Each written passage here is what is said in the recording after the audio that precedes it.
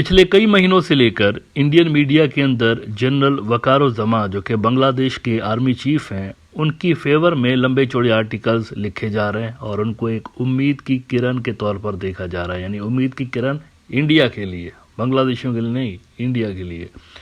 Indian समझते हैं कि ये सेंटरिस्ट हैं, मतलब ये इस्लामी आइडियोलॉजी वालों के फेवर में भी नहीं है और थोड़ा सा आप लिबरल कह सकते हैं, और ऑन टॉप ऑफ दैट ये शेख हसीना के भी रिलेटिव हैं और शेख मुजीबुर रहमान साहब की आइडियोलॉजी से ज़्यादा ये सहमत हैं। तो इस हवाले से इनको एक आइडियल चॉइस के तौर पर देखा जा रहा है कि अगर ये मार्शल लॉ लगा दें, मिलिट्री टेक ओवर कर दें तो इंडिया के लिए बेहतर होगा। और कहानी में जो ट्विस्ट आया हुआ है शेख हसीना साहिबा के मुल्क से फ़रार होने के बाद, उसमें दोबारा वो समझते हैं कि इंडिया रिलेवेंट बन सकता है।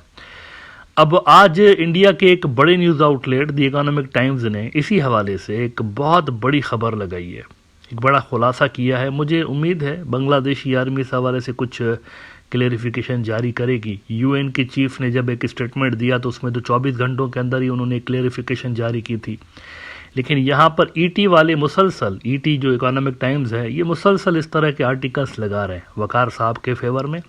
और चंद जनरल्स ऐसे हैं जिनके ऊपर दबाव है, शदीद दबाव है कि वो इंडिया की साइड ले लें, लेकिन वो न्यूट्रल हैं। उनका नाम ले लेकर उनको प्रेशराइज किया जा रहा है। जनरल फैज़ुर रहमान साहब तो हैं ही इसके अंदर, लेकिन इसके साथ भी कुछ और भी जनरल्स ऐसे हैं जिनको गालिबन प्रेशराइज किया जा रहा है कि वो इंडियन जो डिक्टेशन है या इंडियन जो प्रेशर है इनके सामने सरेंडर करें। तो उनका आज भी नाम लिया गया है और कहा गया है कि ये जनरल वकार को आउट करने के लिए कोई षड्यंत्र बना रहे हैं। अपेरेंटली ये बांग्लादेश की आर्मी के अंदर धड़ाबंदी की कोशिश नज़र आ रही है जो कि इंडिया से हो रही है, और इंडियन मीडिया को इस हवाले से इस्तेमाल किया जा रहा है ताकि फ़ौज के अंदर एक दूसरे के खिलाफ डिस्ट्रस्ट पैदा हो और शकूक व शुबहात पैदा हों, डाउट्स पैदा हों। वैसे तो जनवरी में भी इकोनॉमिक टाइम्स ने इसी तरह की खबर लगाई थी, लेकिन ये खबर इस हवाले से उनकी डिफरेंट है, ये जो आज उन्होंने लगाई है, कि इसके अंदर उन्होंने बड़ा दावा ये किया है कि अगले 2 दिनों के अंदर कुछ हो सकता है। 2 दिनों के अंदर, पॉइंट टू बी नोटेड, 2 दिन, कपल ऑफ डेज उन्होंने लिखा है।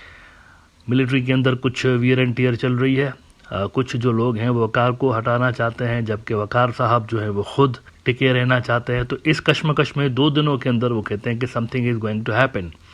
उन्होंने कहा है कि बांग्लादेश आर्मी को plot thickens as pro Pakistan lieutenant general put under surveillance. ये इंटरेस्टिंग बात है कि नज़र रखी जा रही है एक जनरल के ऊपर, वकार साहब की जो लॉबी है उनकी जानिब से उन पर नज़र रखी जा रही है।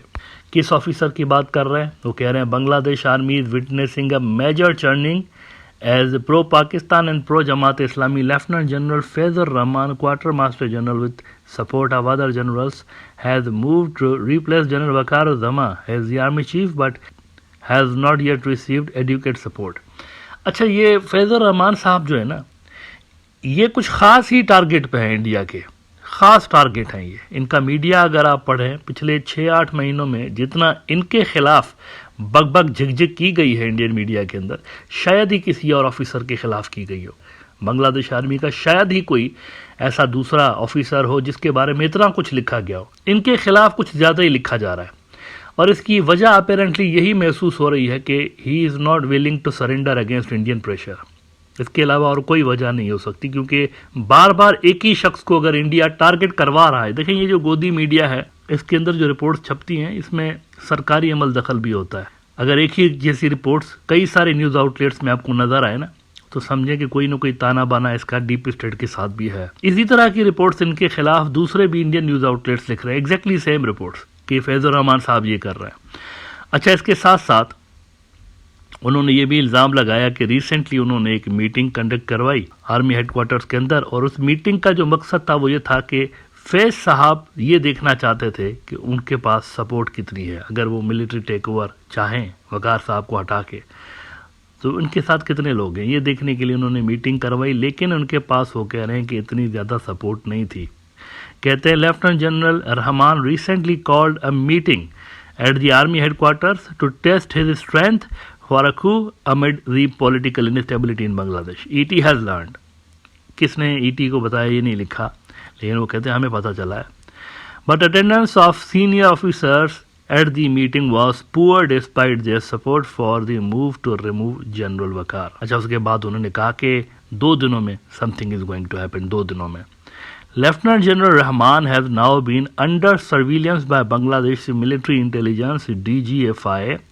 Bangladesh watchers describe the situation as tense, warning that Dhaka may witness major upheaval in the next couple of days. इस प्रोग्राम के अंदर काफ़ी दिनों से लेकर बल्कि काफ़ी हफ्तों से लेकर ये चीज़ पॉइंट आउट कर रहा हूँ कि इंडिया कुछ करवाने की कोशिश कर रहा है।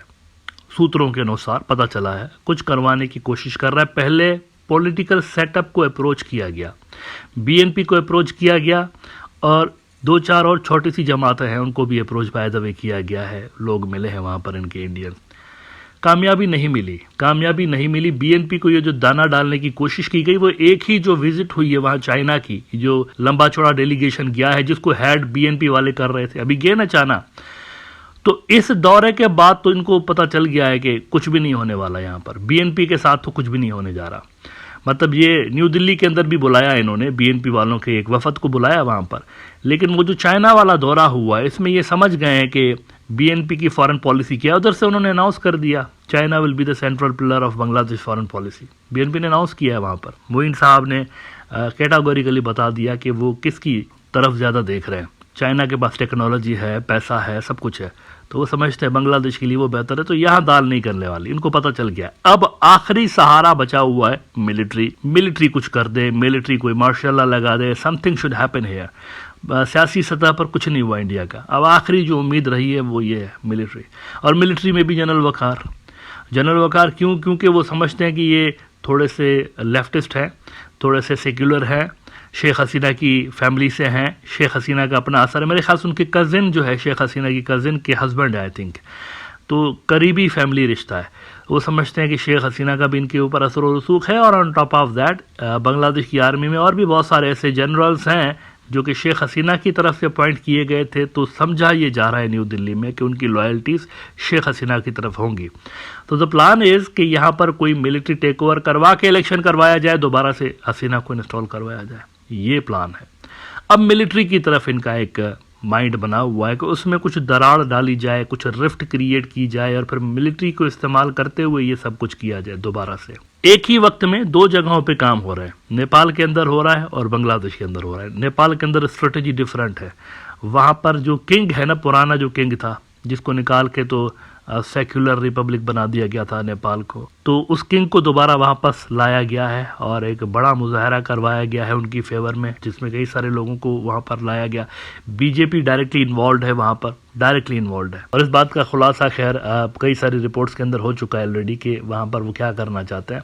लेकिन एक तो वहाँ पर ये हो रहा है और दूसरा यहाँ बांग्लादेश के अंदर ये हो रहा है कि कुछ जो ऑफिसर्स हैं उनके पीछे ही हाथ धो के पड़े। अच्छा, ये सिर्फ फैजुर रहमान साहब नहीं है, ज़रा नीचे लिस्ट देखिए कितने सारे लोगों का उन्होंने नाम लिया है। उन्होंने कहा कि several officers of Bangladesh military are allegedly involved in the conspiracy and names of 10 generals commanding GOC have surfaced. They include major general Mir Mushtaqur Rahman वगैरह वगैरह। ये ज़रा आप लिस्ट देखें, ये सारा उन्होंने लगाई हुई है। नीचे एक और भी लिस्ट है, ज़रा दूसरी भी देखिएगा, ये जिसमें इन्होंने ये लिखा है कि other alleged conspirators include major general Hussain Masihur Rahman GOC of 19th infantry वगैरह वगैरह, ये सारा उन्होंने लिखा हुआ है। तो ये नहीं बता रहे किसने इनको बताया, ये ना कोई सोर्स है, कुछ भी नहीं है। ये उठा के ट्रस्ट मी ब्रो वाला जो सोर्स है वो लगा के इन्होंने छापा हुआ है। The idea is to create the rift within the military, और उस पर ये काम हो रहा है। ये प्रोपेगेंडा वॉरफेयर जो होती है ना, उसका बुनियादी उसूल ही ये होता है कि रिफ्ट क्रिएट करो। अगर आपका हरीफ यूनाइटेड है तो उसको ज़रा आप बीच में दरार डालो और फिर किसी एक के ऊपर हाथ रखो। तो यहाँ पर वो अटेम्प्ट नजर आ रही है।